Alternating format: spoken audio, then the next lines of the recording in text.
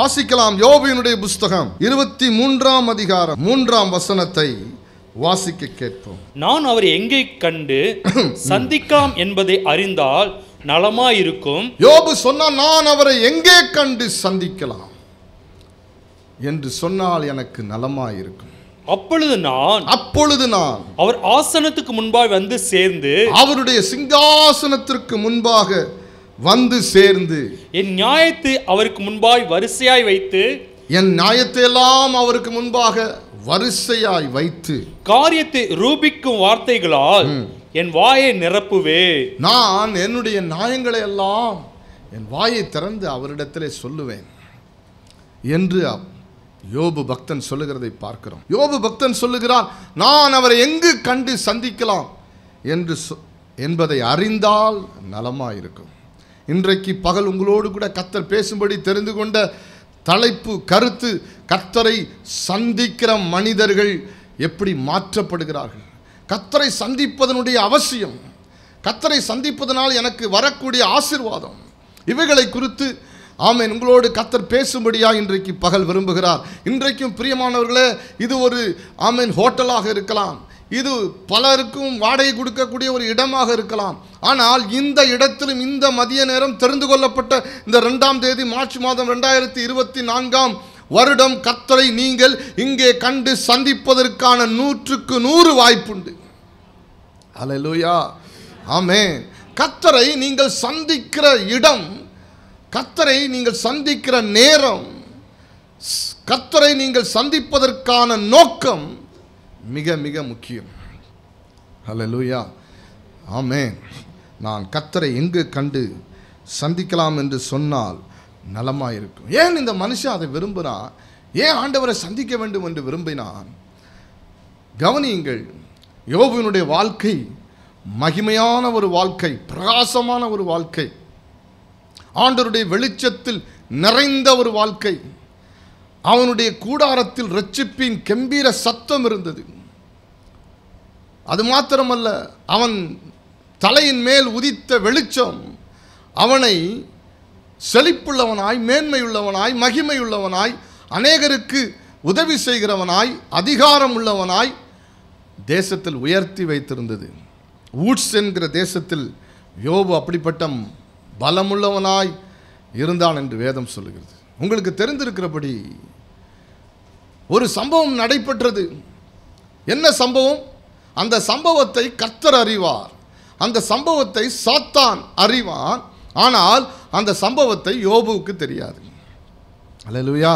இன்றைக்கு யோபுவுக்கு நடந்த சம்பவம் என்ன என்று உங்களிடத்தில் கேட்டால் நீங்களும் நானும் தெளிவாய் சொல்லுவோம், யோபுவுக்கு இதெல்லாம் நடந்துச்சியா? என்னென்னலாம் நடந்துச்சு? ஆமாம், யோபுவினுடைய சொத்து சுதந்திரங்கள் எல்லாம் என்னாயிற்று? ஒன்றுமில்லாமல் போய்விட்டது. யோபுவினுடைய பிள்ளைகளெல்லாம் மரித்து போய்விட்டார்கள். யோபுவினுடைய சரீரத்தில் இருந்த சுகம் போய்விட்டது, ஆரோக்கியம் போய்விட்டது. கொடிய புண்கள், ரணங்களும் சீலும் இரத்தமுமாய் ஒழுகிக் கொண்டிருந்தது. தலையின் மேல் புழுதியை போட்டுக்கொண்டு எந்த ஊட்ஸ் தேசத்தில் பெரியவனாய் ராஜாவை போல இருந்தானோ அதே ஊட்ஸ் தேசத்தில் ரோட்டில் அமர்ந்து கொண்டு வீதியில் புலம்பிக் கொண்டு தன்மேல் மண்ணை எடுத்து போட்டுக்கொண்டு வேதனையோடு புலம்பிக் கொண்டிருந்த யோபுவை பற்றி உங்களுக்கு எனக்கும் நன்றாக தெரியும். இன்னும் அதிகம் சொல்வீர்கள், யோபுவினுடைய மனைவி யோபுவை பார்த்து சொன்னால் தேவனை தூஷித்து ஜீவனை விடும் என்று உங்கள் எல்லாருக்கும் யோபுவினுடைய வரலாறு தெரியும். ஏனென்றால் அவைகள் வெளிப்படுத்தப்பட்டிருக்கிறது. அது உங்களுக்கும் எனக்கும் நடந்த ஹிஸ்டரி, நடந்த சம்பவம் எழுதி ஆவியானவர் நம்ம கையில் கொடுத்திருக்கிறார். அல்லேலூயா. ஆனால் இந்த சம்பவம் யோபுவுக்கு தெரியாது, கர்த்தருக்கு தெரியும், சாத்தானுக்கு தெரியும். ஒரு நாள் தேவ சமூகத்தில் சாத்தான் சொன்னான். அந்த வசனத்தை நாம் வாசிக்க கேட்போம். யோபுவினுடைய புஸ்தகத்தில் 6ஆம் வசனத்தை வாசிக்க கேட்போம். ஒரு நாள் தேவபுத்திரர் கர்த்தருடைய சந்நிதியில் வந்து நின்றபோது, ஒரு நாள் தேவபுத்திரர் கர்த்தருடைய சந்நிதியில் வந்து நின்றபோது சாத்தான் அவர்களை வந்து நின்றான். சாத்தானும் அவர்கள் நடுவில் வந்து நின்றான். கர்த்தர் சாத்தானை பார்த்து நீ எங்கிருந்து வருகிறாய் என்றார். சாத்தான் கர்த்தருக்கு பிரயோத்திரமாக பூமி எங்கு உலாவி அதில் சுற்றி திரிந்து வருகிறேன் என்றான். கர்த்தர் சாத்தானை நோக்கி, என் தாசனாய் யோபின் மேல் கவனம் வைத்தாயோ? உத்தமனும் சன்மார்க்கனும் தேவனுக்கு பயந்து பொல்லாப்புக்கு விலகிறவனாகிய அவனைப் போல பூமியில் ஒருவனும் இல்லை என்றார். ஆமென். கர்த்தர் அவனை குறித்து மெச்சிக்கொள்ளுகிறார். மெச்சிக்கொள்ளும் போது சாத்தான் என்ன சொன்னான்? வாசிங்க. அதற்கு சாத்தான் கர்த்தருக்கு பிரயோத்திரமாக, யோபு விருதாவாக தேவனுக்கு பயந்து நடக்கிறான். நீர் அவனையும் அவன் வீட்டையும் அவனுக்கு உண்டான எல்லாவற்றையும் சுற்றி வேலையடைக்கவில்லையோ? அவனை சுற்றிலும் ஆண்டவர் ஒரு பாதுகாப்பை கொடுத்திருக்கிறீர், வேலி அடைத்திருக்கிறீர். ஒரு காரியமும் அவனை தொடாதபடி வேலி அவனை சுற்றிலும் அடைக்கப்பட்டிருக்கிறது. அது மாத்திரமல்ல, அவன் கைகளின் கிரியை ஆசீர்வதித்து அவனுடைய சம்பத்து தேசத்தில் பெருகிற்று. அவனுடைய கைகளின் கிரியைகளின் ஆசீர்வதித்திருப்பதனால் அவனுடைய சம்பத்தெல்லாம் தேசத்தில் பெருகி கிடக்கிறது. அதனால் அவன் உம்மை ஸ்தோத்திரம் பண்ணுகிறான், உம்மை தேடுகிறான், உம்மை உயர்த்துகிறான் அப்படின்னு சொல்றான். சொல்லிட்டு அடுத்த வசனம் வாசிங்க. ஆனாலும் உம்முடைய கையை நீட்டி அவனுக்கு உண்டானவைகள் எல்லாம் தொடுவீரானால் அப்பொழுது அவன் உமது முகத்துக்கு எதிரே உம்மை தூசிக்கானோ பாரும் என்றான். தூஷித்தானோ பாரும், உம்மை தூஷிக்கிறானோ பாரும். நீர் அவனுடைய காரியங்களின் மேல் உன் கையை நீட்டி தொடுவீரானால் அவன் உம்மை தூஷிப்பான் என்று சொல்லி யோபுவினுடைய அந்த மறைவான பக்தியை, யோபுவினுடைய தேவன் மேல் வைத்திருக்கிற வைராக்கியத்தை, அன்பை பிசாசு சந்தேகிக்கும்படி ஆண்டவரோடு பேச ஆரம்பிக்கிறான். அப்படி பேச ஆரம்பிக்கும் போது கர்த்தர் என்ன சொல்லுகிறார்? அந்த சாத்தானுக்கு யோபுவை தொடுவதற்கான அதிகாரத்தை, தொடுவதற்கான அனுமதியை கொடுக்கிறார். கரங்களை வே தலையிலேயே சொல்லுங்க. பிசாசுக்கு தேவன் அனுமதி கொடுக்காம ஒரு பிசாசும் என்னை தொட முடியாது. பிசாசு ஒருத்தனை தொடணும்னா ரெண்டே வழிதான் இருக்குது.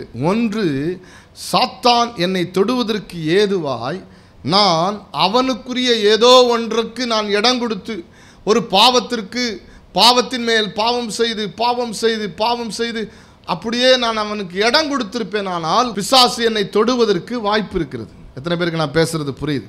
அல்லேலூயா. நான் செய்கிற பாவத்தின் துணிகரம் பிசாசு என்னை தொடுவதற்கு வாய்ப்பு இருக்கிறது. அப்படி கூட எனக்கு, நான் ஒரு தேவ மனுஷனாக சொல்லுவேன், அதில் 50% தான் வாய்ப்பு இருக்குது. ஏனென்றால் எவ்வளவு பாவம் செய்தும் கூட சில பேர் மேலே தேவனுடைய இரக்கமும் கிருபையும் அளவில்லாமல் மூடி இருக்கும். அல்லேலூயா. அது என்றென்றைக்கும் இருக்காது, அது என்றென்றைக்கும் இருக்காது. ஆனால் சில நேரங்களில் அப்படி இருக்கும். அல்லேலூயா. ஆமென். ஆண்டவர் ஒரு மனிதனுக்கு அனுமதி, ஒரு மனிதனை பிசாசு தொடுவதற்கு அனுமதிக்கும் பொழுதுதான் அவனை பிசாசு தொட முடியும். அல்லேலூயா. ஆமென். ஆண்டவருடைய பிள்ளையாய் இருப்பதனுடைய ஸ்லாக்கியம் என்ன? ஆண்டவருடைய அபிஷேகத்தை பெறுவதனுடைய ஸ்லாக்கியம் என்ன? என்னை சுற்றிலும் கர்த்தர் வேலி அடைக்கிறார். என் மேலே அவருடைய பரிசுத்தாவின் அபிஷேகம் முத்திரையை போல எனக்கு, ஆமென், எனக்குள்ளே பிரகாசித்து கொண்டிருக்கிறது.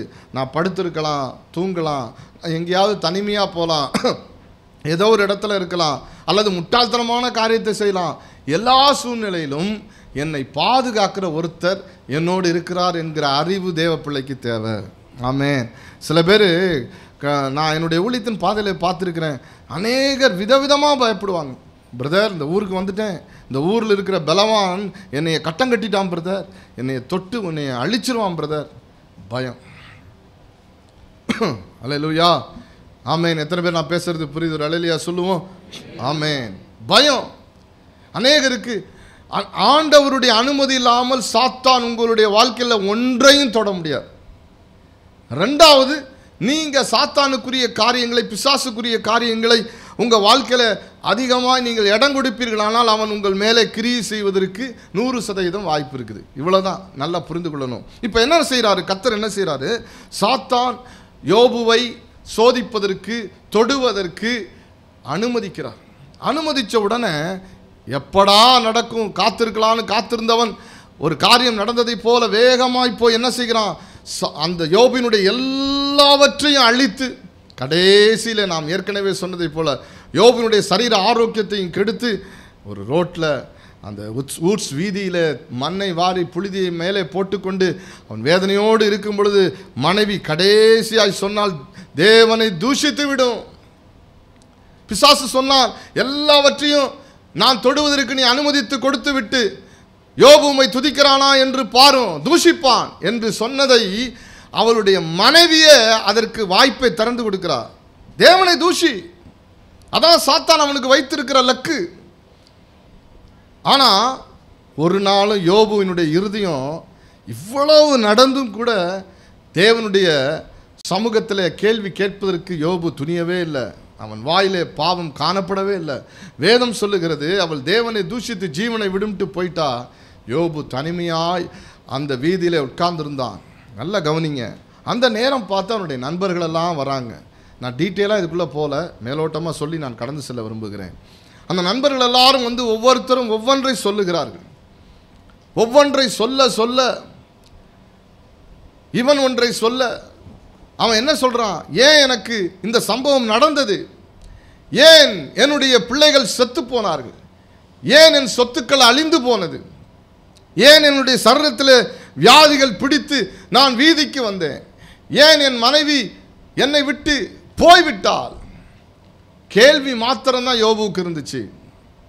ஆனால் அவர்கள் சொல்கிறாங்க, ஒவ்வொருத்தரும் ஒவ்வொரு விதமாக அதற்கு பதில் சொல்லிக்கிட்டே இருக்கிறாங்க. யோபு அதனால் கன்வின்ஸ் ஆகவே இல்லை. அவனுக்கு அந்த கேள்வியின் மேல் கேள்வி வந்து கொண்டே இருந்ததுனால் இதை குறித்து யோபுவுக்கு ஒன்றுமே புரியலை. ஏன்னா ஏற்கனவே நான் சொன்னதை போல இந்த சம்பவத்தினுடைய பின்னணியை யோபு புத்தகம் எழுதப்படாவிட்டால் உங்களுக்கும் எனக்கும் தெரியாது. இந்த சம்பவத்தினுடைய பின்னணி ரெண்டே பேருக்கு தான் தெரியும். ஒருத்தர் யாரு? கர்த்தர். இன்னொருத்தர் யாரு? சாத்தான். இந்த யாருக்கும் தெரியாது. என்ன நடக்குதுன்னே தெரியாது. ஏன் இது அனுமதிக்கப்பட்டிருக்கிறது தெரியாது. யோபுவுக்கும் தெரியல. யோபுவுக்கும் தெரியாததுனால அவன் புலம்பிக் கொண்டே இருக்கிறான். நான் நீதியாக தானே இருந்தேன், என்னுடைய வீட்டில் விதவைகள் சாப்பிட்டார்களே, நான் எல்லோருக்கும் உபயோகமாக தானே இருந்தேன், ஏன் என்னுடைய வாழ்க்கையில் இவைகளெல்லாம் சம்பவிக்கிறது என்று யோபு கேள்வியின் மேல் கேள்வி கேட்டுக்கொண்டு அப்பொழுதுதான் சொல்லுகிறான், கர்த்தரை நான் எங்கே கண்டு சந்திக்கலாம் என்று சொன்னால் நலமாயிருக்குமே. என்ன நடக்கும்? அப்பொழுது நான் அவரிடத்தில் என் நியாயங்களை எல்லாம் முன்பாய் வரிசையாய் என் நியாயத்தை சொல்லுவேனே. அவரை எங்கே கண்டு சந்திக்கலாம்? இன்றைக்கும் பிரியமானவர்களே, நீங்களும் கூட அவரை இப்படிப்பட்ட எண்ணங்களோடு வேதனைகளோடு நீங்கள் கேட்டுக்கொண்டிருக்கலாம். ஆண்டவரை எங்கே சந்திக்கலாம்? அவர் இருக்கிறாரா? நல்லா கவனிங்க. எல்லாமே இல்லை, ஒன்றுமே வாழ்க்கையில் இல்லை. உங்கள் வீட்டில் இருக்கிற பீரோவை திறந்தா, பர்ஸை திறந்தா பைசா இல்லை, பேங்க் பேலன்ஸ் இல்லை, உங்கள் வீட்டில் எதுவுமே சந்தோஷப்படுத்துகிற காரியமே இல்லை. ஆனால் நீங்கள் போய் தேவ சமூகத்தில் உட்காந்து ஜெபிக்கும் போது ஆண்டவருடைய பிரசன்னம் உங்களை நிரப்புது. கர்த்தருக்குள்ளே கலிகூறுறீங்க, வேதத்தை வாசிக்கிறீங்க, ஜெபிக்கிறீங்க, ஆண்டவர் உங்களை நிரப்புறாரு அப்படின்னு வச்சுக்கிங்களேன். உங்கள் கையில் காசு இருக்காததை பற்றி நீங்கள் கவலைப்படவே மாட்டீங்க. உண்மை தானே? நான் பேசுகிறது உண்மையா இல்லையா? ஆமே. உங்கள் வாழ்க்கையில் எதுவும் இல்லாததை பற்றி நீங்கள் கவலைப்பட மாட்டீங்க. ஆனால் உங்கள் மேலே ஒரு அபிஷேகம் இருக்குது, ஒரு பிரசன்னம் இருக்குது, கர்த்தர் உங்கள் மேலே உண்மையாக பேசுகிறாரு அப்படின்னா நீங்கள் திடப்பட்டு அந்த காரியத்தை சகித்து கொண்டு நிற்பீங்க. ஆனால் உங்கள் வாழ்க்கையிலையும் நெருக்கடி, வேதனை, கண்ணீர், குறைவு, தரித்திரம், போராட்டம், சுகவீனம் எல்லாமே இருக்குது. தேவனுடைய முகமும் மறைக்கப்பட்டிருக்கு. தேவ பிரசன்னத்தையும் உணர முடியல. அவரை எங்கே கண்டு சந்திக்கலாம்? தேவனை எங்கே கண்டு சந்திக்கலாம்? கர்த்தரை என்னால் உணர்ந்து கொள்ள முடியல, அவருடைய பிரசன்னத்தை உணர்ந்து கொள்ள முடியல, அவருடைய வழிநடத்தலை உணர்ந்து கொள்ள முடியல என்கிற நிலை வரும்பொழுது மனிதர்கள் சோர்ந்து போவாங்க, மனிதர்கள் உடைந்து போயிடுவாங்க. அப்பொழுதுதான் அவர்களுக்கு வரக்கூடிய மிகப்பெரிய சோதனை விசுவாசத்தை மறுதலிப்பார்கள். எத்தனை பேருக்கு நான் பேசுறது புரியுது? அல்லேலூயா.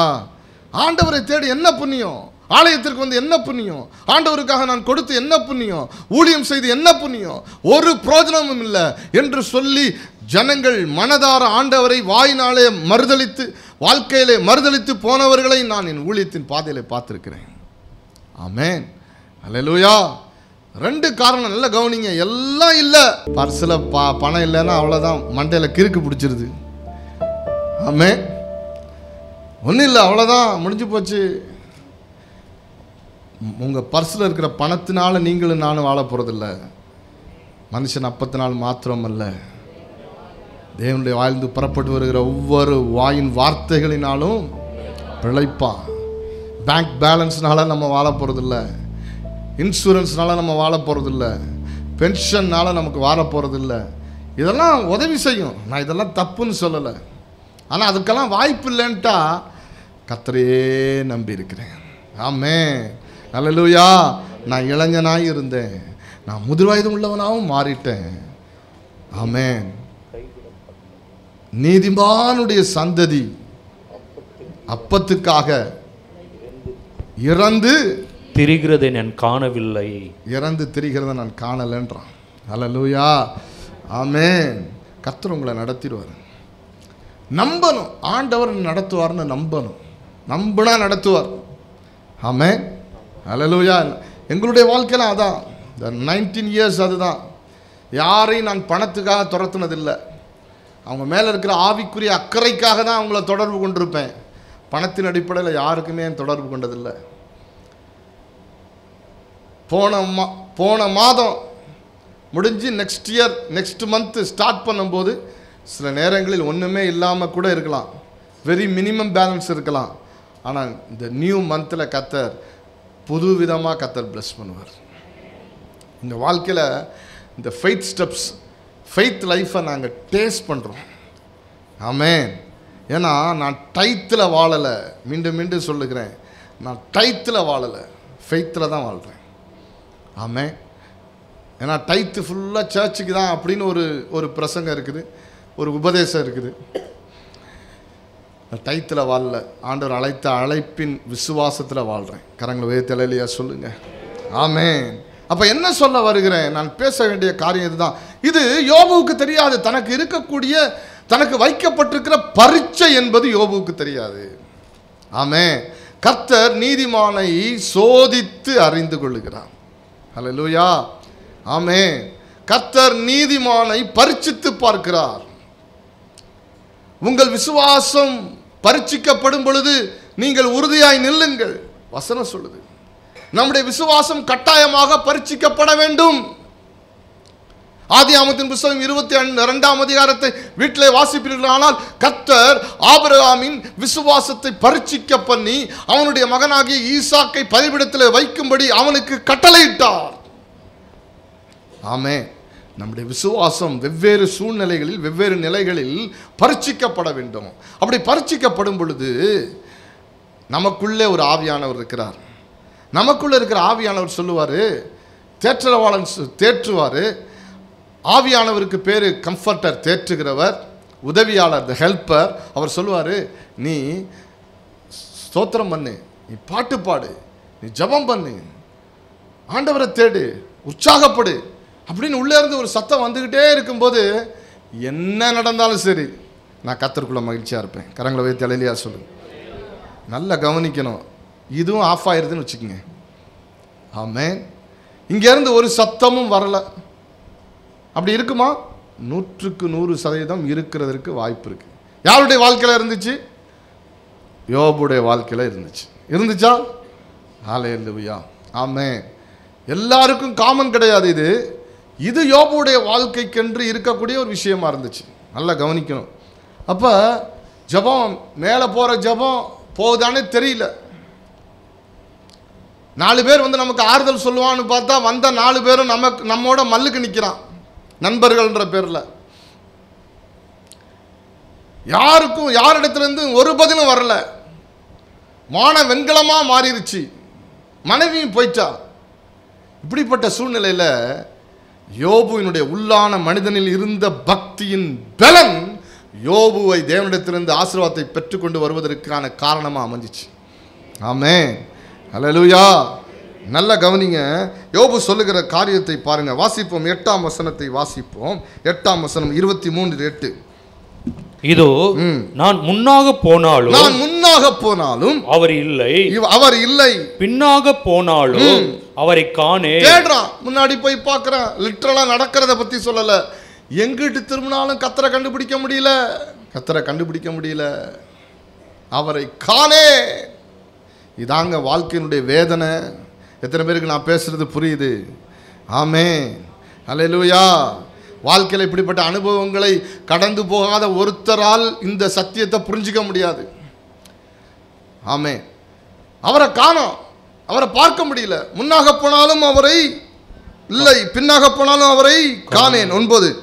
இடது புறத்தில் அவர் கிரியை செய்தும் அவரை காணேன், வலது புறத்திலும் நான் அவரை காணாதபடிக்கு ஒளித்திருக்கிறார். இடது புறத்தில் அவரை கிரியை செய்றாரு. அவர் கிரியை செய்தாலும் என்னால் அவரை பார்க்க முடியல. வலது புறத்தில் என்ன பண்ணிக்கிட்டாராம்? ஒளிச்சுக்கிட்டாருங்க, ஒளிச்சு கொண்டாருங்க. கர்த்தரன் எனக்கு ஒளிச்சுக்கிட்டாருங்க என்ன. ஆமென். ஒரு வேதனையான அனுபவங்க இது, வேதனையான அனுபவம்.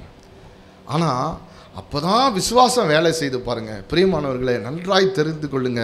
வாசிக்கலாம் 2 கொரிந்தியர் 5:6 என்று நினைக்கிறேன். வாசிங்க. நாம் தரிசித்து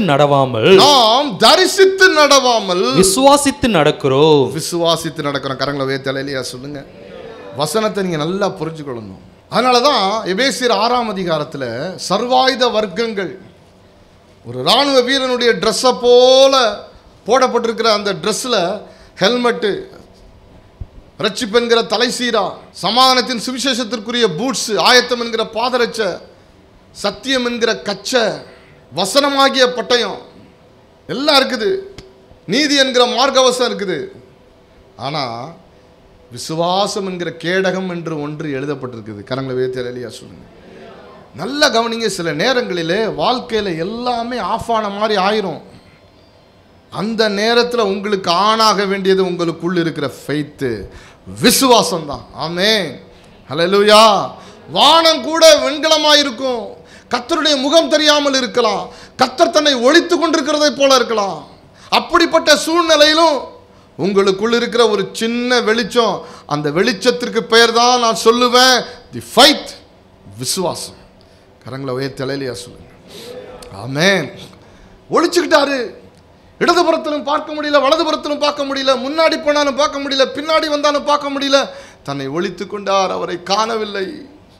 சரீரம் வியாதி, மனைவி போயிட்டா, வந்து ஆறுதல் சொல்றவன்லாம் எதிராக பேசுறான், அவமானம், நிந்தை, வேதனை. அப்ப என்ன சொல்றாரு பாருங்க, வாசிங்க அடுத்த வசனம். ஆனாலும் நான் போகும் வழியை அவர் அறிவார். அவர் அப்பா சொல்றாரு பாருங்க, ஒளித்துக்கிட்டு இருக்கிறார் உண்மைதான். ஆனாலும் நான் போகும் வழியை அவர் அறிவார். எனக்கு தெரியலப்பா, நான் எங்க போறேன்னு எனக்கு தெரியல, நான் எங்க போறேன்னு தெரியல, அவர் அறிவார். கரங்களை உயர்த்தி சொல்லுங்க. அப்ப இந்த வசனத்துல என்ன வெளிச்சம், என்ன அங்கிருந்து நம்ம கண்டுபிடிக்கிறோம்? அவர் அறிவார். அவரை நான் பார்க்க முடியல. I cannot feel, I cannot touch. நான் தொட முடியல, அவரை உணர முடியல, என்னால அவரை பார்க்க முடியல. அவர் பேசுறதோ நான் பேசுறதோ கேட்க மாட்டேங்குது. இப்படி இருந்தும் நான் போகும் வழியை அவர் அறிவார். அடுத்த வசனம் வாசிங்க. அப்படியே அவர் என்னை சோதித்த பின் நான் பொன்னாக விளங்குவேன். இப்பதான் கண்டுபிடிக்கிறேன், என்னைய சோதிக்கிறாரியா, பரீட்சிக்கிறாரியா. ஏதோ பரீட்சை என்ன வச்சுட்டாரு. ஏன் மனதுக்கும் ஏன் வாழ்க்கையை நான் அனலைஸ் பண்ணி சோதித்து அறியும் பொழுது ஒன்றை தெரிஞ்சுக்கிட்டேன். ஆண்டவருக்கு விரோதமான, ஆண்டவருடைய இருதயத்தை துக்கப்படுத்துகிற ஒன்றையும் நான் செய்யலை. ஆனால் கர்த்தர் என்னை பரீட்சிக்கிறார். கர்த்தர் என்னை பரீட்சிக்கிறார். பக்கத்தில் இருக்கிறவனை, எய்த்தாப்பில் இருக்கிறவனை, வந்த நண்பனை எல்லாரையும் கேட்டு பார்த்து, நான் பொண்டாட்டியை கூட கேட்டுருப்பான், ஏம்மா எனக்கு இது வந்துச்சு. நண்பன்ட்டெல்லாம் கேட்டு பார்த்தேன், எல்லாரும் ஒவ்வொன்றை சொல்லி தான் பாவம் செஞ்சுருப்பப்பா, ஏதாவது பண்ணியிருப்ப, அதனால தான் உனக்கு இது வந்துச்சு அப்படின்னு சொல்கிறாங்க. ஒருத்தன் கூட கர்த்தர் உன்னை பரீட்சிக்கிறார்னு சொல்லலை. ஏனென்றால் யோபுவுக்கு முன்னாடி ஒரு மாதிரி இல்லை. எனக்கு உங்களுக்கும் யோபு என்கிற ஒரு மாதிரி இருக்கிறார். ஆனால் யோபுவுக்கு ஒரு மாதிரி இல்லை. யோபுக்கு ஒரு மாதிரி, ஒரு மாடல் இல்லை. அப்போ மாடல் இல்லாத சூழ்நிலையில் மாதிரி முன்னாடி இருக்கக்கூடிய ஒன்றை பார்த்து ஒன்றின் மூலமாய் கற்றுக்கொண்ட பாடம் இல்லாமல் இருந்தாலும் உள்ள ஒரு விசுவாசத்தின் வெளிச்சம் எரிஞ்சிட்டு இருந்துச்சு. கரங்களை உயர்த்தி சொல்லுங்க. ஐயா, நான் உன்னை பார்க்குறேன், உன்னை ஃபீல் பண்ணுறேன், உன்னோட பேசுகிறேன், ஆமேன், அந்த சூப்பர் நேச்சுரல் என்ன நடத்துது அப்படின்றது போயிடுச்சு. காட் இல்லை, அவரை உணர முடியல. இப்போ முன்னாடி இருக்கிற ஏதோ ஒரு பாடத்துக்குரிய எந்த ஒரு மாடலும் எனக்கு பாடமாக என் வாழ்க்கையில் எடுத்துக்கொள்வதற்கு வாய்ப்பில்லாத ஒரு காரியம். அப்படிப்பட்ட சமயத்திலும் யோபுவுக்கு ஒரு லைட் எரிஞ்சிச்சு. அதுதான் விசுவாசத்தின் வெளிச்சம், விசுவாசத்தின் வெளிச்சம். ஆமென். எத்தனை பேருக்கு நான் பேசுறது புரியுது? ஒரு அல்லேலூயா சொல்லுங்க. அதுதான் விசுவாசத்தின் வெளிச்சம். அதனால தான் சொல்கிறேன், நான் சோதிக்கப்பட்ட பின்பு கட்டாயமாக உருகி போயிட மாட்டேன், பொன்னாக நிற்பேன், பொன்னாக விளங்குவேன். என்று அவர் அறிக்கையிடுகிறத பார்க்கிறோம். நான் போகிற வழியை எனக்கு தெரியாமல் இருக்கலாம், அவர் அறிவார். இன்றைக்கு பகல் இந்த கூட்டத்தில் உட்கார்ந்துருக்கிற அருமையான சகோதரனே சகோதரியே, நான் எங்கே போகிறேன், எதுக்கு போகிறேன், எங்கே போயிட்டுருக்கிறேன் என்று புலம்பிக் கொண்டு வேதனைப்பட்டு கொண்டு சில நேரங்களில் அதன் நிமித்தம் கர்த்தர் மேலே இருக்கிற அன்பை கூட விட்டு விட்டாய், ஜெபம் பண்ணுகிறதை விட்டு விட்டாய், ஆண்டவருக்காக வாழ வேண்டிய அர்ப்பணத்தை விட்டு விலகி எங்கேயோ போயிட்ட. இன்றைக்கு பகல் கர்த்தர் உங்களை பார்த்து சொல்லுகிறார், இத்தனை சூழ்நிலைகளுக்கு மத்தியிலும் தனக்கு ஒரு எக்ஸாம்பிளரி ஆமென் லைஃப் இல்லாமல், தனக்கு ஒரு லெசன் இல்லாமல், தனக்கென்று ஒரு மாதிரி இல்லாத அந்த காலத்திலும் தான் தேவனால் பரிசுத்து பார்க்கப்படுகிறோம் என்பதை ஒருவன் புரிந்து கொண்டான் என்றால் அவனுக்குள் எரிந்து கொண்டிருக்கிற விசுவாசம், அவனுக்குள் எரிந்து கொண்டிருக்கிற விசுவாசம். ஆமென் சொல்லுங்க. ஹல்லேலூயா. நான் அவரை எங்கு கண்டு சந்திக்கலாம் என்று சொன்னால் நலமாயிருக்கும். அவன் நம்புறான், கர்த்தர் என்னை சந்தித்தால் என் வாழ்க்கை மாறும். அவரை எங்கேயாவது சந்திக்கணும், ஆனால் என்னையால் பார்க்க முடியல. இப்போ சொல்கிறான், நான் தரிசித்து நடக்க விரும்பலை, நான் எப்படி நடக்கிறேன், நான் விசுவாசித்து நடக்கிறேன். அப்போஸ்தலனாகிய பவுல் இதை உள்வாங்கி தான் அதை எழுதுறாரு திருச்சபைக்கு. ஒருவேளை உங்களுக்கு இப்படிப்பட்ட நெருக்கம் வரலாம், போராட்டம் வரலாம், கண்ணீர் வரலாம், குறைவு வரலாம், வேதனை வரலாம், கலங்காதீங்க. உங்கள் பரீட்சையில் தோற்று போயிடாதீங்க, உங்கள் விசுவாசம் மறுதளித்துட்டு போயிடாதீங்க. உங்களுக்குள்ள ஒரு விசுவாசத்தின் வெளிச்சம் இருக்கிறது, அதை பற்றி எரிய விடுங்க. தேவனை தூஷித்திராதீங்க, கேள்வி கேட்டுறாதீங்க என்று சொல்லிவிட்டு சொல்றாரு, நான் தரிசித்து நடக்காம விசுவாசித்து நடக்கிறோம். ஆமென். கரங்களை உயர்த்தி அல்லேலூயா சொல்லுங்க. ஹல்லேலூயா, ஹல்லேலூயா. நான் விசுவாசித்து நடக்கிறேன். ஹல்லேலூயா. Walk by the faith. விசுவாசத்தினால நான் முன்னேறி போகிறேன், விசுவாசத்தினால நான் நடக்கிறேன். எத்தனை பேருக்கு நான் பேசுறது புரியுது? ஒரு அல்லேலூயா சொல்லுங்க. ஹல்லேலூயா, ஹல்லேலூயா. இப்போ என்ன நடந்தது பாருங்க, வேதம் இப்படியே சொல்லிக்கொண்டே இருக்கிறது. அதே யோபினுடைய புஸ்தகத்தை புரட்டுங்கள், 42ஆம் அதிகாரம். யோபினுடைய புஸ்தகத்தை ஆமென் புரட்டீர்களானால் 42ஆம் அதிகாரத்தை எடுத்துக்கொள்வீர்களானால் கர்த்தர் அவனை ஒரு நீண்ட மௌனத்திற்கு பின்பு சந்திக்கிறார். அவருடைய மௌனம் கலைக்கப்படுகிறது. மௌனமாயிருந்தார், வானம் அடைக்கப்பட்டிருந்தது, அவரை கண்டு சந்திக்க முடியவில்லை. ஆனால் ஒரு காலம் வந்தது, அந்த மௌனம் கலைந்தது, முடிவுக்கு வந்தது. கர்த்தர் அந்த மௌனத்தை கலைத்து அவனோடு பேச ஆரம்பிக்கிறார். ஆமென், ஹல்லேலூயா. பேச ஆரம்பிக்கிறார். அதெல்லாம் நான் பேசுவதற்கு நேரம் இல்லை. பேச ஆரம்பித்து விட்டு அந்த மௌனத்தை கலைத்து விட்டு கர்த்தர் சொன்னார். என்ன சொன்னார் வாசிக்கலாம். ஆமென். 7ஆம் வசனம் 8ஆம் வசனத்தை வாசிங்க. கர்த்தர் இந்த வார்த்தைகளை யோபோடு பேசின பின் கர்த்தர் தேமானியனான எலிப்பாசை நோக்கி, உன்மேலும் உன் 2 சிநேகிதர் மேலும் எனக்கு கோபம் ஒழுகிறது. என் தாசனாகி யோபு பேசினது போல் நீங்கள் என்னை குறித்து நிதானமாய் பேசவில்லை. என்னை குறித்து நீங்கள் என்னமா பேசல? நிதானமா பேசல. அவன் நிதானமா பேசினான். ஹல்லேலூயா. என்னை குறித்து நிதானமா பேசல அப்படின்னு சொல்லிட்டு என்ன சொல்லுங்க, ஏன் எப்பொழுது இந்த வார்த்தையை சொல்றாரு? வசனம் சொல்லுகிறது. ஆமென். வாசிங்க 2ஆம் வசனம் 42. தேவரீர் சகலத்தை செய்ய வல்லவர், நீ செய்ய நினைத்தது தடைபடாது என்பதை அறிந்திருக்கிறேன். கர்த்தர் தன்னை பற்றி யோபுக்கு இன்னும் நாலேஜ் கொடுக்கிறார். இன்னும் அவன் தேவனை பற்றுகிற அறிவிலே குறைந்திருந்தான். கரங்களை வைத்து நம்ப முடியுது அவங்களால? எப்படிப்பட்ட அறிவில குறைந்திருந்தான்? தேவனை பற்றிய அறிவினால்தான், அல்லது அறிவில்லாமலோ எப்படியோ ஆசீர்வதிக்கப்பட்டு ஊர் தேசத்தில் பெரிய மனுஷனா மாறிட்டான்.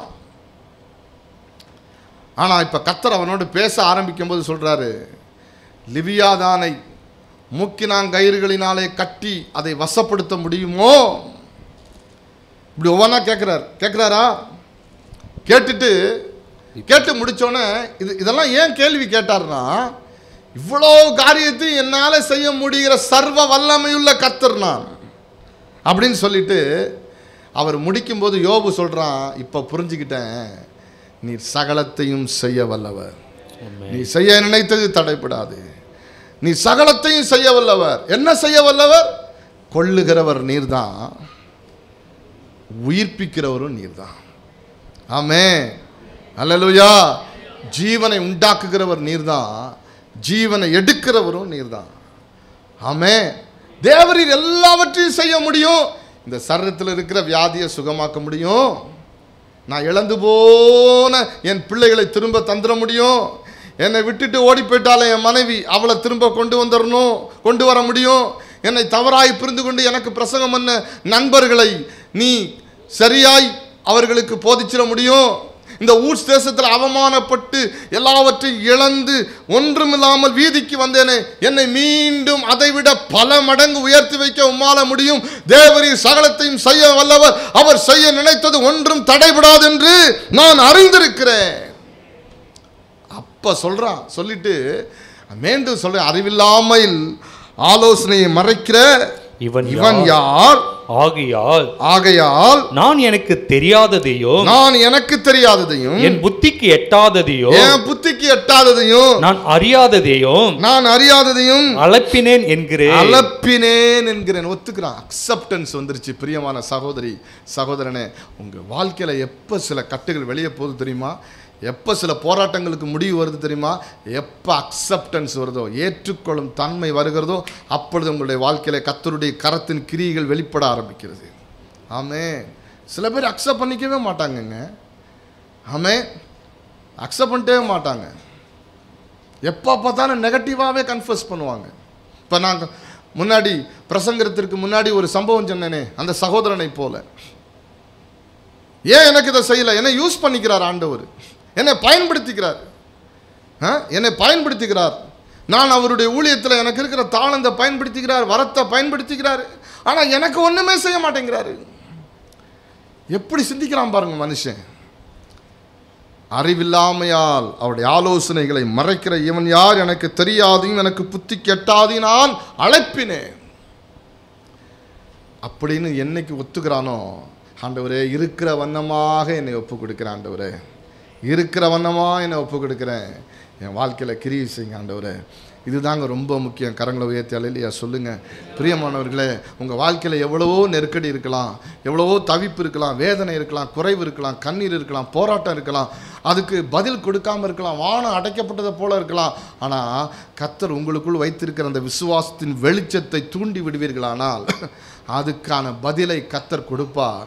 ஆண்டவரிடத்தில் நீங்கள் சொல்ல வேண்டியதை, நான் அக்செப்ட் பண்ணுறேன் ஆண்டவரே, அக்செப்ட். அந்த சகோதரன் என்ன திரும்ப சொன்னார்?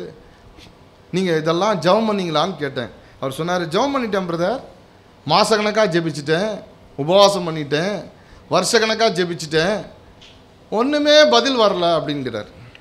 நான் சொன்னேன், தேவ சத்தம் கேட்குற அனுபவம் உனக்கு இருக்கா? இல்லை, பர்சனல் லைஃபுக்காக ஒன்றுமே ஆண்டவர் என்கிட்ட பேசினதில்லை. ஆனால் நான் ஒரு கூட்டத்துக்கு பிரசங்கம் பண்ண போகும்போது அந்த கூட்டத்துக்கு என்ன பேசணும்னு என்கிட்ட பேசுவாருன்னார். அப்பயே புரிஞ்சுக்கிட்டேன், நீ இன்னும் ஆவிக்குரிய வாழ்க்கையில் பலன் அடையலை. முதல்ல என்ன திரும்ப செய்வார் ஆண்டவர்? என்னோட முதல்ல எனக்காக பேசுவார். ஆமே ஆமே. என்னை ஒரு தகப்பனை போல கண்டிச்சிருக்கிறார் தெரியுங்களா? என்னை ஒரு தகப்பனை போல கண்டிச்சிருக்கிறார். என்ன சொன்னால் நம்ப மாட்டீங்க, கண்டிப்பில் கொஞ்சம் திட்டிருக்கிறார். என்ன இதெல்லாம் சொல்ல மாட்டாங்க ஊழியக்காரங்க. திட்டிருக்கிறார் என்னை. ஒரு தகப்பன் கண்டிப்பதை போல என்னை கண்டித்து உணர்த்தி என்னை ஒரு திட்டிருக்கிறான். நீங்கள் ஒன்றும் தப்பான அர்த்தத்தை எடுத்துக்கொள்ளாதீங்க. என்னை கண்டித்து ஒழுங்குபடுத்தும் விதமாக என்னோட பேசியிருக்கிறார். அது 10% தான், 10% கூட கிடையாது, 1% தான். மீதி 99% எப்போதும் என்னை என்கரேஜ் பண்ணிகிட்டே இருப்பார். என்னை என்கரேஜ் பண்ணுவார். கரங்களை உயர்த்தி அல்லேலூயா சொல்லுங்கள். ஆமென். முன்னேறு, எழும்பு, ஓடு, நான் அவன் கூட இருக்கேன், ஏன் சோர்ந்து போகிற? 99% என்னை தேவன் தட்டி கொடுத்துக்கிட்டே இருக்கிறாரு. இன்றைக்கு சொல்லுகிறேன், கர்த்தர் அப்படிப்பட்டவர் தான். கரங்களை உயர்த்தி அல்லேலூயா சொல்லுங்கள். ஆமென். ஒரு நாளும் நெகட்டிவ் அப்ரோச் பண்ணிக்கிட்டே இருக்க மாட்டார். ஆல்வேஸ் அவர் positive, the God of positive. ஆமென். ஆனால் அதே சமயத்தில் நம்மை சிட்சித்து போதிக்கிறவர், உணர்த்துகிறவர், நம்மை கண்டிக்கிறவர், நம்மை சரியாய் நடத்தவும் விரும்புகிறவர். கரங்களை உயர்த்தி அல்லேலூயா சொல்லுவோம். அப்போ இவன் தனக்கு இருக்கிற தவறான அறிவை கொண்டு புரிந்து கொள்ளாமல் இவ்வளவு நன்மைகளை பெற்றும் கூட, இவ்வளோ பெரிய பரிசுத்தவானாகிய யோபுவுக்கும் கூட தேவனை பார்க்கத்தக்க புரிந்து கொள்ளத்தக்க விதத்தில் புரிந்து கொள்ளாமல் இருந்தது. ஆமென். இந்த விசுவாசத்தின் சோதனை கர்த்தரிடத்திலிருந்து வந்திருக்கிறது என்பதை விளங்கிக் கொள்வதற்கு தாமதம், விளங்கிக் கொள்ள முடியலை. புரிந்து கொள்ள முடியலை.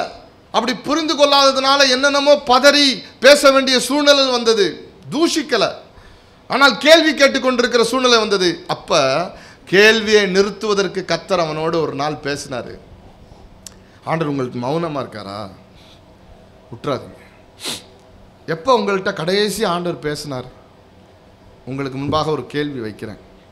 நான் ஆண்டவருடைய பிள்ளை. எத்தனை வருஷம் விசுவாசி? 10 வருஷம். எத்தனை வருஷம் விசுவாசி? நான்லாம் 50 வருஷமாக வந்துட்டுருக்கேன் தெரியுமா? 30 வருஷமாக வந்துட்டுருக்கிறேன். ஆனால் ஆண்டவர் உங்களோட பேசுகிறாரா? எப்போ கடைசியாக பேசினார்? தேவ சமூகத்தில் உட்காந்து உங்கள் ஆவியில் நல்லா கவனிக்கணும். நீங்கள் வார்த்தையை உங்கள் ஆவியில் நீங்கள் எப்பொழுது அவருடைய மெல்லிய சத்தத்தை கேட்டீர்கள்? இது தேவனுடைய சத்தம் தான்.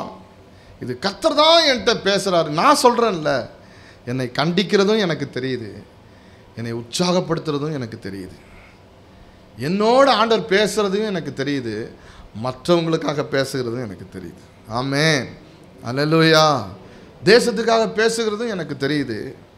ஆண்டவர் பேசும்போது ஒரு காரியத்தை வெளிப்படுத்திட்டு அதை வேறு விதமாக புரிந்து கொள்ளாதபடி வேற ஒரு இது இந்த அர்த்தத்தில் புரிஞ்சிக்காத இந்த அர்த்தத்தில் புரிஞ்சிக்கன்னு சொல்லி அதை சரியாக டிஃபைன் பண்ணி அதை சரியாக அளவு கொடுப்பது, அளவிட்டு செய்வதற்கு தக்கவாறு க்ளீனாக ரொம்ப திட்டமாக பேசுகிற கர்த்தர். கரங்களை வைத்து அல்லேலூயா சொல்லுங்கள். யாருக்கு தெரியுமா? யார் வாஞ்சிக்கிறார்களோ, யார் ஏங்குகிறார்களோ, அவருடைய மெல்லிய சத்தத்துக்கு காத்திருக்கிறார்களோ அவர்களோடு கர்த்தர் பேச விரும்புகிறாரு. ஆமென். நமக்கு தான் எல்லாம் ரெடிமேடாக வேணும். யாரோ ஒருத்தர் நம்ம தலையில் கை வச்சு தீர்க்கதரிசனம் சொல்லிடணும், தப்பு இல்லை. ஆனால் அந்த ஸ்டாண்டர்ட்லேயே இருக்கக்கூடாது. யாரோ ஏதோ ஒரு வசனத்தை பிரட்டி ஆண்டவர் என்கிட்ட பேசிட்டாரு அப்படின்றத திருப்தி பற்றணும் இல்லை. கர்த்தர் பேசும் வரைக்கும் தொடர்ந்து ஜெபிப்பேன், தொடர்ந்து ஜெபிப்பேன், தொடர்ந்து ஜெபிப்பேன். கர்த்தர் என்கிட்ட பேசணும், இது கர்த்தர் தான் பேசியிருக்கிறார் என்கிற கன்வின்ஸ் பண்ணக்கூடிய அளவுக்கு கர்த்தர் என்கிட்ட பேசுனதுக்கு அப்புறம் தான் அதை நான் எழுதி முடிப்பேன் அப்படின்றவங்களோட கர்த்தர் கரெக்டாக தான் பேசுவார். சில பேர் பாருங்கள், பொய்யாவே கர்த்தர் பேசுனதை அவர் கற்பனையில் தன்னை சென்று காண்பித்தார், எனக்கு அந்த மலையை காண்பித்தார்.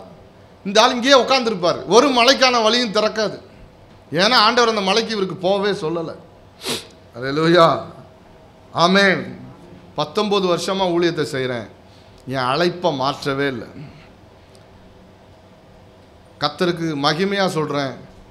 நான் சிம்பிளாக நான் ஊழியத்தை ஆரம்பித்ததுலேருந்து ஒரு சர்ச்சு ஆரம்பிச்சிருந்தேன்னா இன்றைக்கி என் சர்ச்சில் மினிமமாவது ஒரு 500 பேராவது இருப்பாங்க, ஒரு 500ஆவது இருப்பாங்க.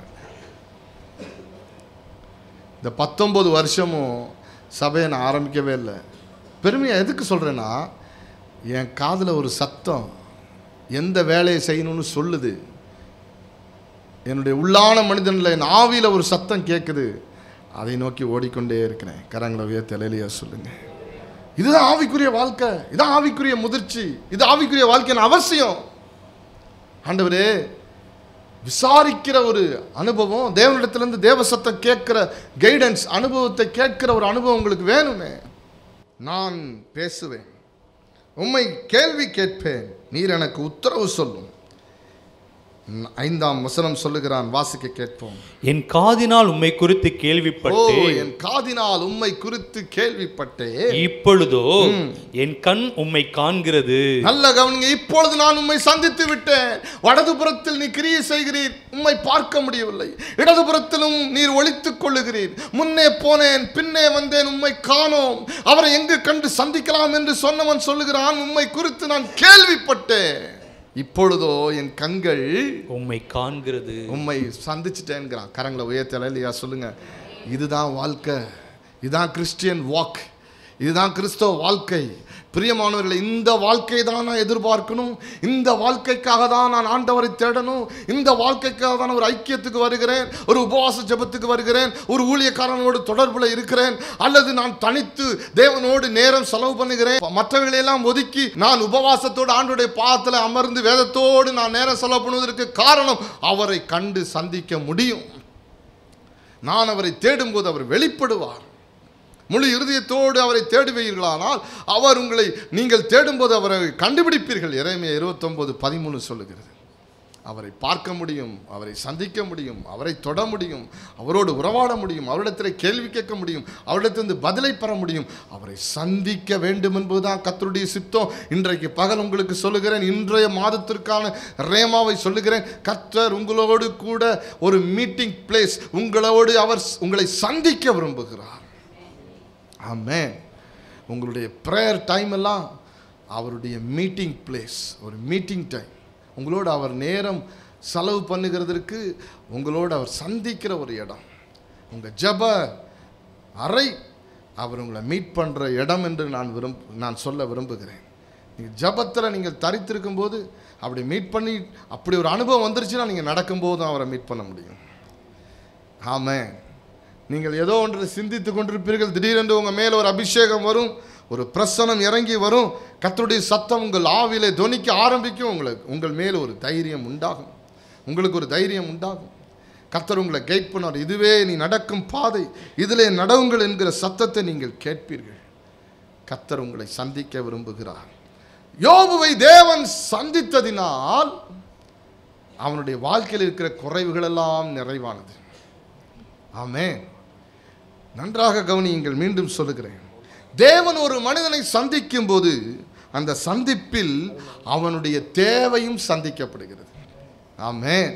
தேவன் ஒரு மனிதனை சந்திச்சிட்டு, சந்திக்கப்பட்ட மனிதன் வெறுமையா இருந்ததாக சரித்திரம் இல்லை, அவன் வாழ்க்கை மாற்றப்பட்டிருக்கிறது. எல்லோரும் நடந்து போய் கொண்டிருக்கிற சந்தடி ஒன்றை ஒரு குருடன் கேட்கிறான். அவனுடைய பெயர் பர்த்திமே. அவன் கூப்பிடுகிறான், இதோ இயேசு வந்திருக்கிறார் என்கிற அந்த காரியம் அவனுக்கு தெரிந்து விட்டது. தாவீதின் குமாரனே இயேசுவே, என் மேல் இரக்கமாயிரும், எனக்கு இறங்கும் கூப்பிடுறான். எல்லாரும் சுற்றி இருக்கிறவங்களாம் அமைதியாயிரு, சத்தம் போடாத, அமைதியாயிரு. ஆனால் அவன் காதுகள் எவ்வளோ கூர்மையானதோ, கண் பார்வை இல்லை, அவன் காதுகளில் தேவ சத்தம், தேவனுடைய காலடி சத்தம். இயேசு போகிறார், அதனால தான் இவ்வளோ பேர் போகிறான். இல்லாமல் இந்த வீதிகளில் இவ்வளோ பேர் நடப்பதற்கு வாய்ப்பில்லை. இந்த நாட்களிலே ஒருவர் நடப்பாரானால் அவரை பின்பற்றி போவதற்கு ஏராளமானவர்கள் இருக்கிறார் என்று சொன்னால் அவர் தாவீதின் குமாரனாகிய இயேசுவாக தான் இருக்க முடியும் என்று மீண்டும் சத்தத்தை உயர்த்தி கத்த ஆரம்பிக்கிறான், கூப்பிட ஆரம்பிக்கிறான். இயேசு நின்று அவனை கிட்டே வர சொல்லி, உனக்கு நான் என்ன செய்ய வேண்டும் என்று இருக்கிறாய், உனக்கு நான் என்ன செய்ய வேண்டும் என்று இருக்கிறாய். அவன் சொல்லுகிறான், நான் பார்வை அடைய வேண்டும். It's a very simple prayer. நான் பார்வை அடைய வேண்டும். உடனே இயேசு சொன்னார், அவன் நீ பார்வை அடைவாயாக சொன்ன அடுத்த வினாடி அவன் கண்கள் திறக்கப்பட்டது. இயேசு சந்தித்த எந்த மனுஷனும் அவனுடைய வாழ்க்கையில் இருக்கிற எந்த நெருக்கம், எந்த போராட்டம், எந்த குறைவு, எந்த வியாதி, எந்த பலவீனம், எந்த தரித்திரம், அதிலிருந்து அவனுடைய தேவை சந்திக்கப்படாமல் அது முடிவுக்கு வந்ததே இல்லை. கர்த்தர் சந்திப்பாரானால், தேவன் ஒரு மனிதனை சந்திக்கும் போது அந்த சந்திப்பில் அவனுடைய தேவையும் சந்திக்கப்படுகிறது. கரங்களை உயர்த்தி அல்லேலூயா சொல்லுங்க.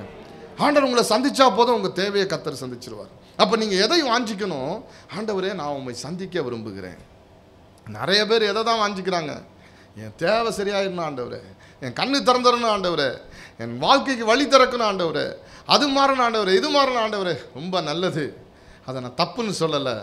ஆனால் ஆண்டவரே, இவைகளெல்லாம் ஏன் எனக்கு சம்பவிக்கிறதுன்னு எனக்கு தெரியல ஆண்டவரே. ஆண்டவரே, ஏன் எனக்கு மாத்திரம் இப்படிலாம் நடக்குதுன்னு எனக்கு புரியல ஆண்டவரே. பதில் எங்கேருந்து எனக்கு ப்ராப்பராக கிடைக்கல ஆண்டவரே. அப்போ பதில் உம்மிடத்தில் தான் இருக்குன்னு எனக்கு புரிஞ்சுக்கிட்டேன். நாம் எங்கே கண்டு சந்திக்கலாம் என்று சொல்லி ஒரு மனிதன் அவரை சந்திப்பதற்கு ஏற்ற சூழ்நிலைகளை உருவாக்கி அவருடைய சமூகத்தில் காத்திருக்கும் போது கர்த்தர் அவனை சந்திக்கும் போது அவனை சந்திக்கிற அதே வினாடி அவனுடைய தேவையும் கர்த்தர் சந்திச்சிடுறார். அவனுடைய நெருக்கடியும் மாற்றி இருக்கிறார். அவனுடைய சரத்தில் இருக்கிற வியாதியையும் போக்கி விட்டுறாரு. அவனுடைய சூழ்நிலையில் இருக்கிற காரியங்களையும் மாற்றி விடுகிற தேவனாக இருக்கிறார். ஆமேன் சொல்லுங்க. அல்லேலூயா. ஆமேன். யாத்ராமத்தின் புஸ்தகம் 3ஆம் அதிகாரம் 16ஆம் வசனம் சொல்லுகிறது, எபிரேயர்களின் தேவனாகிய கர்த்தர் எங்களை சந்தித்தார் என்று 430 வருடம் அடிமைத்தனத்தில் இருந்த இஸ்ரவேலர்கள் சொன்னார்கள். எபிரேயர்களின் தேவன் எங்களை சந்தித்தார். நன்றாக கவனியுங்கள். எபிரேயர்களின் தேவன் 430 வருட எகிப்தின் அடிமைத்தனத்தில் இருக்கிற ஜனங்களை சந்தித்த பொழுது அவருடைய அடிமைத்தனத்தின் சங்கிலிகளும் உடைந்து போயிற்று. எத்தனை பேருக்கு நான் பேசுறது புரியுது? ஆமென். அல்லேலூயா. ரூத்தின் புஸ்தகம் 1 அதிகாரம் 6 சொல்லுகிறது, கடுமையான வறட்சியிலே பஞ்சத்திலே சிக்கிக்கொண்ட இஸ்ரவேல், தேவன் ஒரு நாள் இஸ்ரவேலை சந்தித்து இஸ்ரவேலை விசாரித்தாராம். அப்படி விசாரிக்கும் பொழுது அந்த தேசத்தில் இருந்த வறட்சியும் பஞ்சமும் மாறி அந்த தேசத்தில் என்ன வந்துருச்சான்? ஆகாரம் வந்துருச்சான். கரங்களை உயர்த்தி அல்லேலூயா சொல்லுங்க. ஆமென். ஹல்லேலூயா, ஹல்லேலூயா. தேவன் உங்களை சந்திக்கும் போது எல்லாம் தலைகீழா மாறுது. ஆதியாகமத்தினுடைய புஸ்தகம் 21 அதிகாரம் 19 வீட்டிலே வாசித்து பாருங்கள். ஆகார் என்கிற ஆபிரகாமினுடைய வேலைக்காரனே வேதம் சொல்லுது, அப்படியே சொல்றேன், அவருடைய பிள்ளையோடு கூட சாக வேண்டிய சூழல் வருகிறது. நான் செத்து போனால் நலமாயிரு, செத்து போயிடும், பிள்ளை செத்துரும், தண்ணி இல்லை, வனாந்திரம். அப்படி வனாந்திரத்தில் வேதம் சொல்லுகிறது, கர்த்தர் ஒரு நீரூட்டை உண்டாக்கி அவளுடைய கண்களை திறந்து அங்கே ஆகாரையும் இஸ்மவேலையும் சந்தித்தார். தேவன் ஆகாரையும் பிள்ளையும் சந்தித்த அந்த இடத்துல அவர்களுடைய ஜீவன் போகாமல் காத்து கொண்டு அவர்களுக்கான தேவையாகிய அந்த தண்ணீரையும் கர்த்தர் சந்தித்தார். எப்பொழுது தேவன் ஒரு மனுஷனையோ ஒரு மனுஷியையோ சந்திக்கிறாரோ அங்கே அவனுடைய வாழ்க்கையினுடைய தேவையும் சந்திக்கப்படுகிறது. கரங்களை உயர்த்தி அல்லேலூயா சொல்லுங்க. நான் சொல்லுகிற சத்தியத்தினுடைய கருத்து இதுதான், நீங்கள் தேவனை சந்தித்தால் உங்கள் தேவையும் சந்திக்கப்படுகிறது. ஆமென். இன்றைக்கு நான் ஜெபிக்கும் போது கர்த்தர் என்கிட்ட தான் பேசினார், நீ தேவனை சந்தித்தால் உன் தேவையும் சந்திக்கப்படும். உங்கள் தேவனை சந்திக்கிறதற்கு ஆயத்தமா? அருமையானவர், உங்கள் தேவனை சந்திக்கிறதற்கு நீங்கள் ஆயத்தமா? ஆமென், ஹல்லேலூயா, ஆமென். ஓரேப் என்கிற தேவ பர்வதம் மட்டும் ஒரு மனுஷன் வந்தான், அவன் வாழ்க்கையில் எந்த நோக்கமுமே இல்லை. யாத்திராமத்தின் புஸ்தகம் 3 அதிகாரத்தை வீட்டில் வாசிச்சு பாருங்க. எதுவுமே இல்லை, நோக்கம் இல்லாததுனால வெவ்வேறு தேசங்கள், எகிப்தில் இருந்தான், மீதியான் தேசத்துக்கு போயிட்டான். இப்போ ஓரே பர்வதத்தில் கர்த்தர் அவனை சந்தித்த பொழுது அந்த மோசே இப்பொழுது தகப்பனாகவும் தலைவனாகவும் மாற்றப்பட்டான். கர்த்தருடைய சந்திப்பு மோசேவை மாற்றிவிட்டது. எப்படி மாற்றிச்சு தெரியுமா? தகப்பனா மாத்திருச்சு. எப்படி மாத்திருச்சு தெரியுமா? த லீடர், தலைவனா மாத்திருச்சு. ஹல்லேலூயா, ஆமென். தேவனுடைய சந்திப்பெல்லாம் குறைவை நிறைவாக்கி, தேவனுடைய சந்திப்பெல்லாம் ஒரு அற்புதத்தை உண்டாக்கி, தேவனுடைய சந்திப்பெல்லாம் ஒரு விடுதலையை நமக்கு கொடுத்து, ஒரு தேவனுடைய சந்திப்பெல்லாம் நமக்கான ஒரு அழைப்பை காண்பித்து கொடுக்கிறது.